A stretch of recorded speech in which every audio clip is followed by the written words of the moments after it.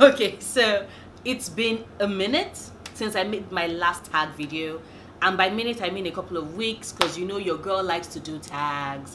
And luckily enough for me, here is another tag that I was actually tagged in. Like, someone legit was like, oh my god, Noria would do amazingly well with this tag, and they tagged me, and I'm just so happy because you know how happy I am to do tags. Anyway, I was tagged by Janea of TBG Reads to do the rapid fire book tag, which sounds like a lot of fun. I know usually I think it's best when someone else is just like tossing the questions at you like rapid fast, because it's the rapid fire book tag. But these are the perks of living alone. I've learned to be, how do I put it, self-sufficient.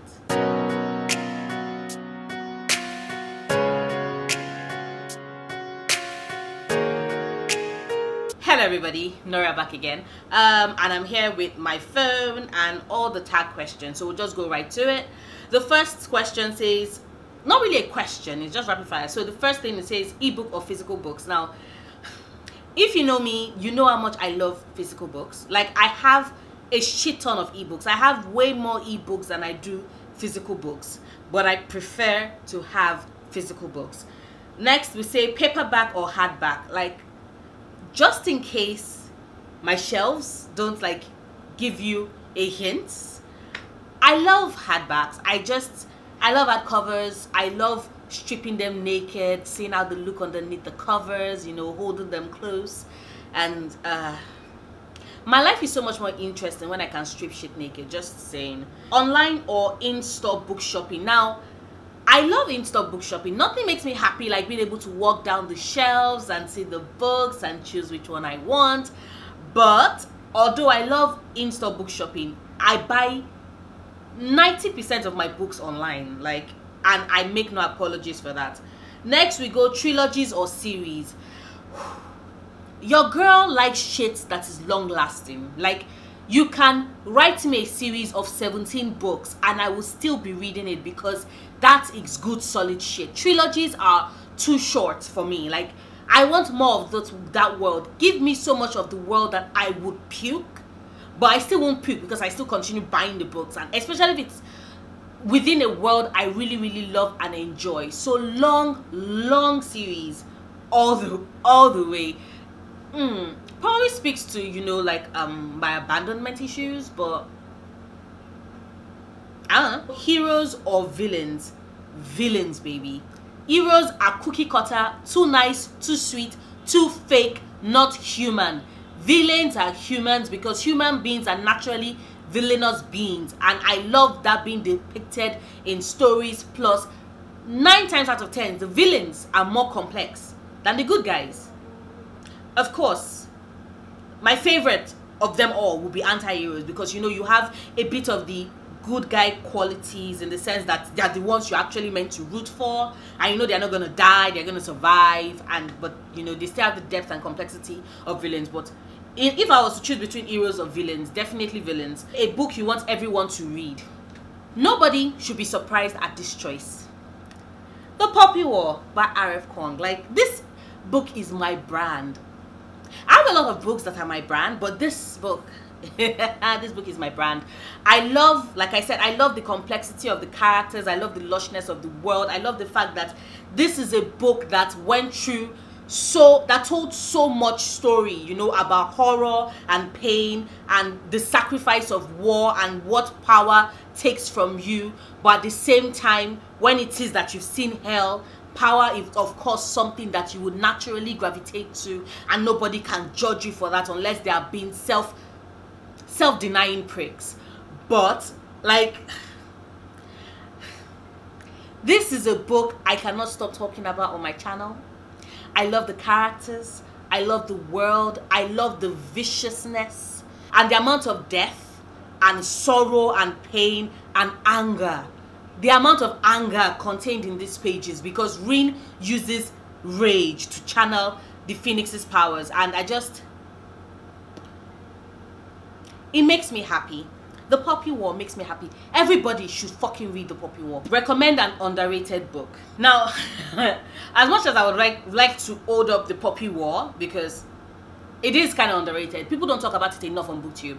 I would go with Fairy Tales for Lost Children by Duriye Osman. Now, this is one of my favorite books of all time. It's a collection of short stories that tells the queer immigrant Somali experience, you know, and deals with so many facets of what it means to be queer and to be Somali and to be an immigrant and to sometimes also have mental health issues. And like this book, like, the writing is beautiful and lyrical, and the characters, you fall in love with them, you will root for them, you will see them in yourself, in those around you. I just love this book because it's poignant and full of pain, but at the same time I found healing within its pages, and not enough people know about Fairy Tales for Lost Children, and I think it is very, very sad. It's a very, very sad world that not many people have read this book, because this book is perfection. The last book you finished. Wow. Okay, so the last book I finished is A Court of Thorns and Roses by Sarah J. Maas, and I have thoughts and opinions, and not necessarily opinions that people would like, because spoiler alert, I found Tamlin kind of boring, but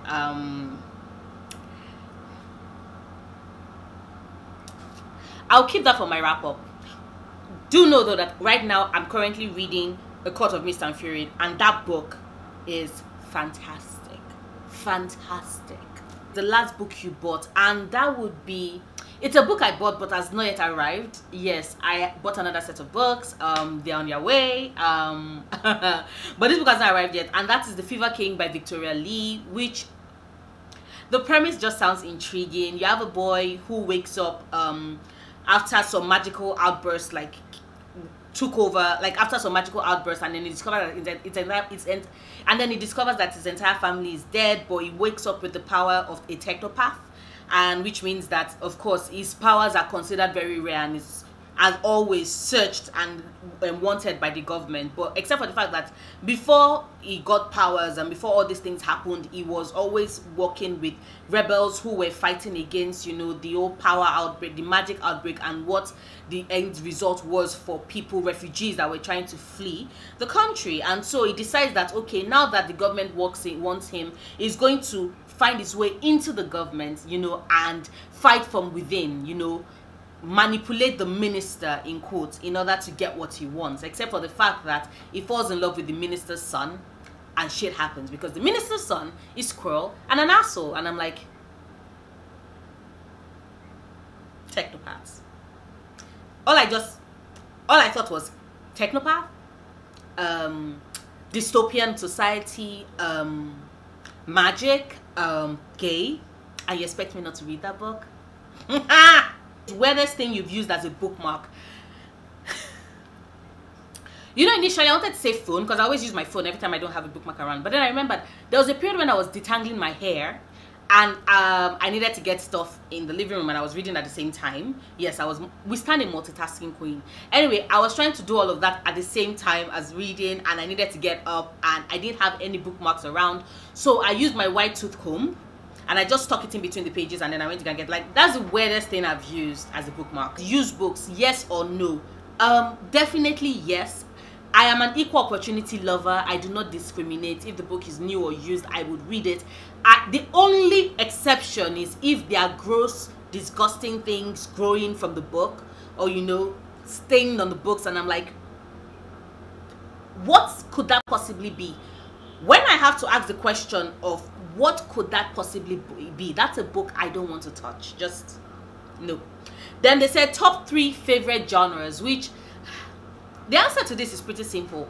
YA fantasy, new adult fantasy, adult fantasy. Does that tell you just how much I love fantasy? Like, I'm a fantasy nut. Like, no apologies. Borrow or buy? Is this even a question? Buy.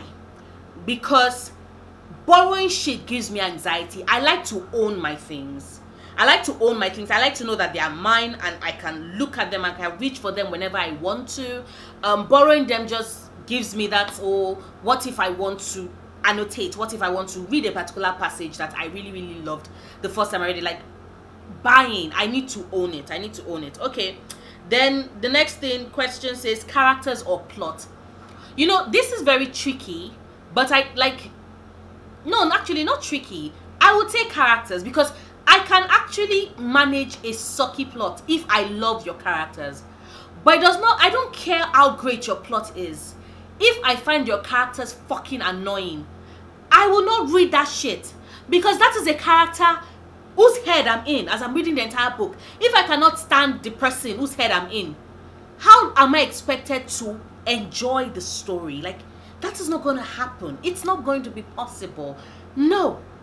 Like, no.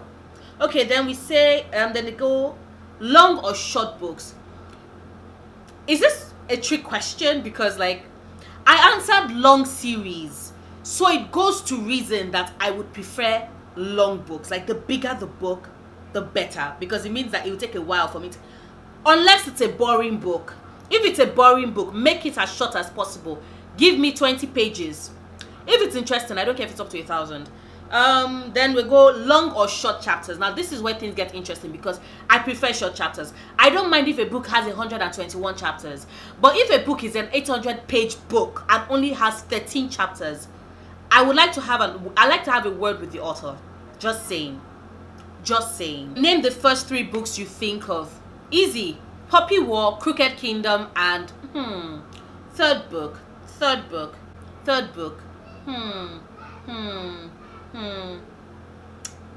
What the fuck? Why can't I think of another book?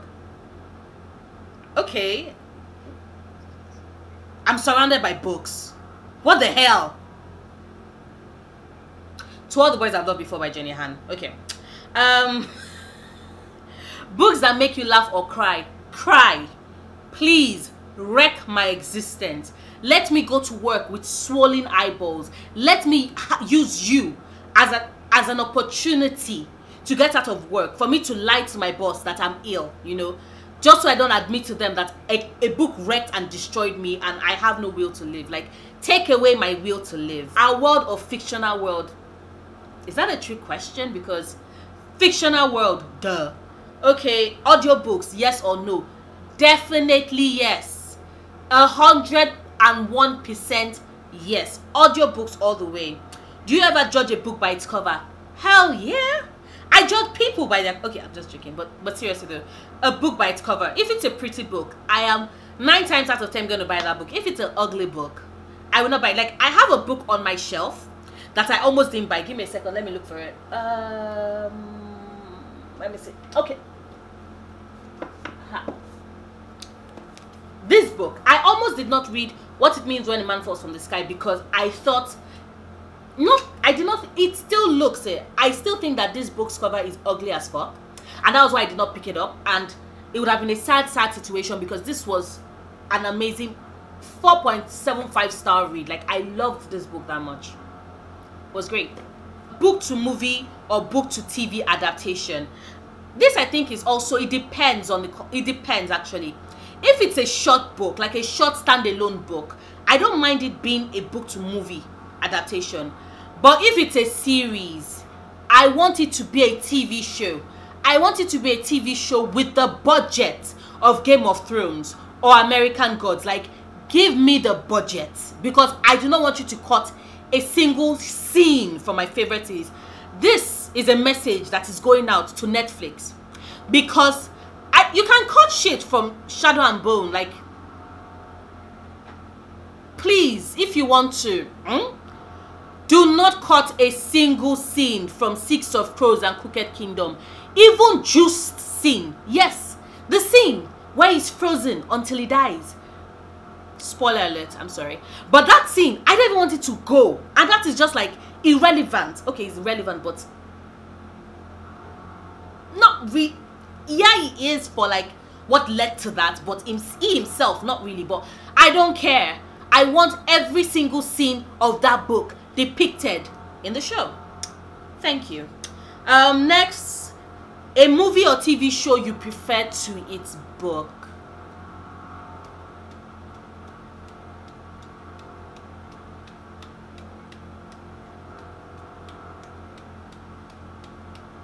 None.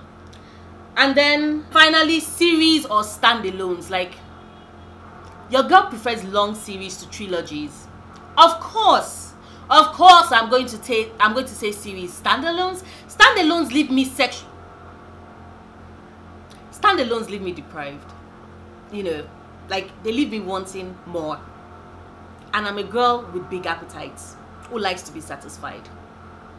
And yeah, so those are my responses. Thank you so much for tagging me, Janea. I really, really, really appreciate it. I'm still shocked because I was not expecting it. Like, but I had so much fun. I would tag some people and leave their names and handles below. Please do this tag.